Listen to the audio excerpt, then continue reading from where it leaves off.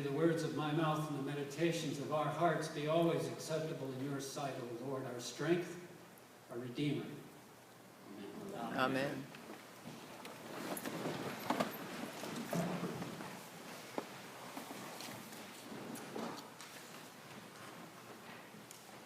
These are, to me, an amazing set of readings. And I was thankful for the collect, which focuses on something I don't think we focus on enough, which is to understand that we, the people of God, are those who stand in great need of peace in our own time. The world we live in is not at peace, regardless of our prosperity or whatever other sense of well-being we maybe have because of football or even the tamales. But what is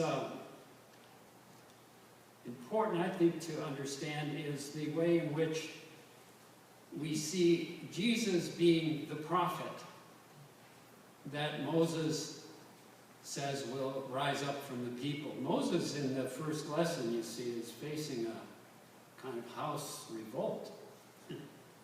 Or maybe he's just burned out, because his proclamation is that God will raise up a prophet for you, and you better pay attention to him, because you asked for it at Horeb. In the assembly, when you say, if I hear the voice of the Lord my God anymore, or ever again see this great fire, I will die. Well, Moses is the guy who saw the big fire, right? But there is the fire from the cloud that follows the tent of presence, and that's my interpretation. Think about that. And then that this prophet will be one of you. God will raise this prophet from amidst your own. We in recent times certainly have longed for the return of God. We do that every Advent and so on. But know that we have what we need. We have the leaders we need. What we need to see and recognize in them is this authority that is mentioned in the gospel. This authority to tell the truth, to do these good things that the psalm points out.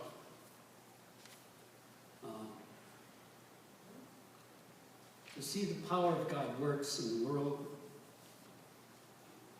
To see that faithfulness and justice go together.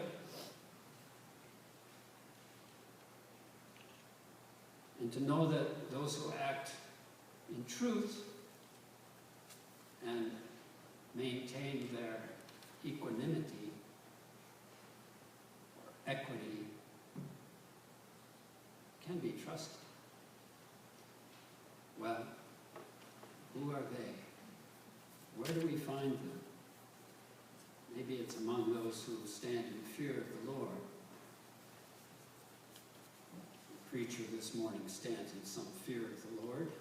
These are words that are serious business. After our annual meeting last week, very successful and a solid step. We may feel thankfulness, but we dare not stop looking for the prophet. Things can get complicated. Paul's little struggle with food offered to idols and how to help the people understand that is not unimportant. The food prepared by the Western farm workers for us to consume today, these tamales, which have been marketed for a few weeks and provide a wonderful awareness of people other than ourselves. These tamales are offered to you for purchase in support of their ministry. Congratulations if you bought some. Paul's ability to point out the knowledge necessary to not fall into the pits of idolatry still remains a question. I love his command, his call to take care so that your liberty, your security, your success doesn't become a stumbling block to the weak.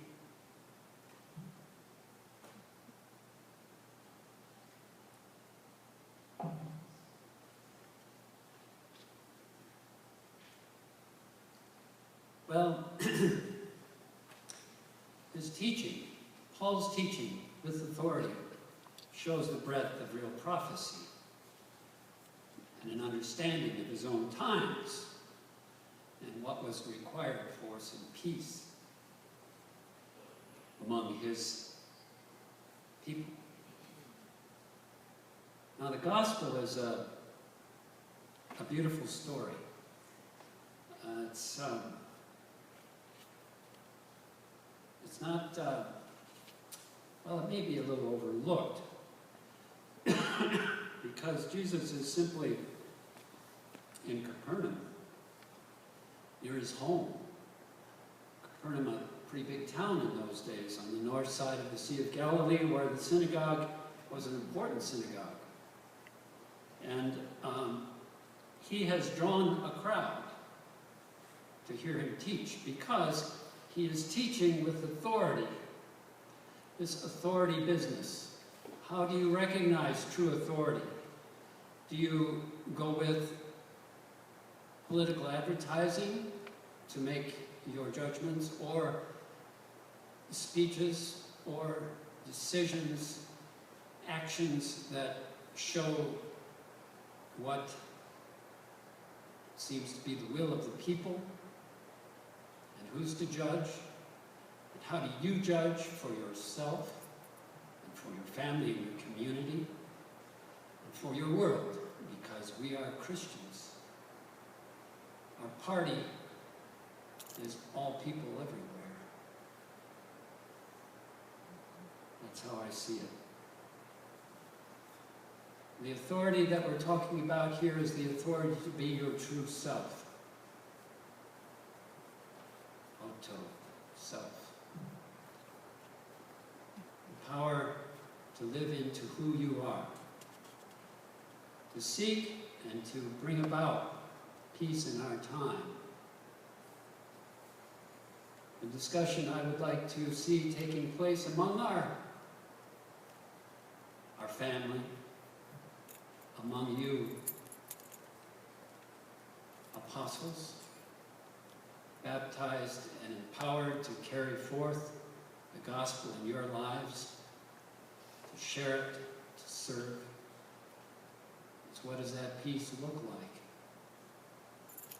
What have you got the courage to hope for and act on?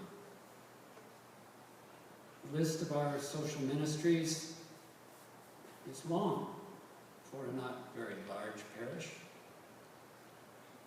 There's a lot of other ministry that goes on at the same time. I pray to God that we are worthy and strengthened to be able to carry out these ministries in the year ahead and onward. But the image in the gospel of the man with the unclean spirit is somebody I'd like to think about with you for a moment. I identify with him. Here is a guy, and your bulletin illustration this morning is, I think, good. Because if you look at it, this guy is perhaps convulsed. He's already had Jesus lay it on you. Out with you, unclean spirit. Or maybe not yet, I don't know. But what has he done here? To me, he's done what I would possibly, if I had the courage, have done, is asked, called the question, what are you to do with me? What have you to do with me? How do I respond to you?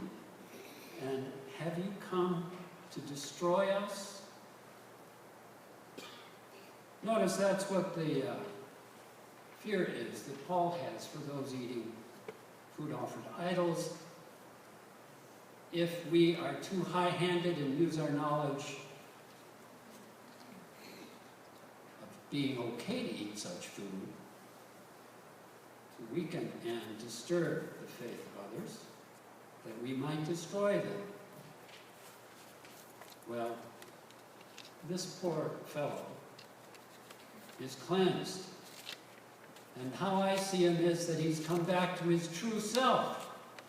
He's sitting in his right mind again. That's what we're about. We're not about just zapping. We're waiting for God to come and zap ISIS, for example. Those things that we fear are maneuvers that disturb us in business or whatever it may be. That member of our family we struggle with, or our own weaknesses. So, the gospel this day is to proclaim the possibility of peace in our time. Find on our path those who share this dream, whose dream is such that it connects with ours, and we find means through the grace of God to carry out.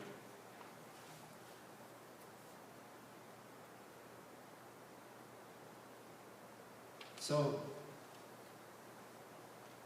may the true self be established in our lives and in our church, so that we lead our lives, so that we may lead our community, our country, in service out of love of God and each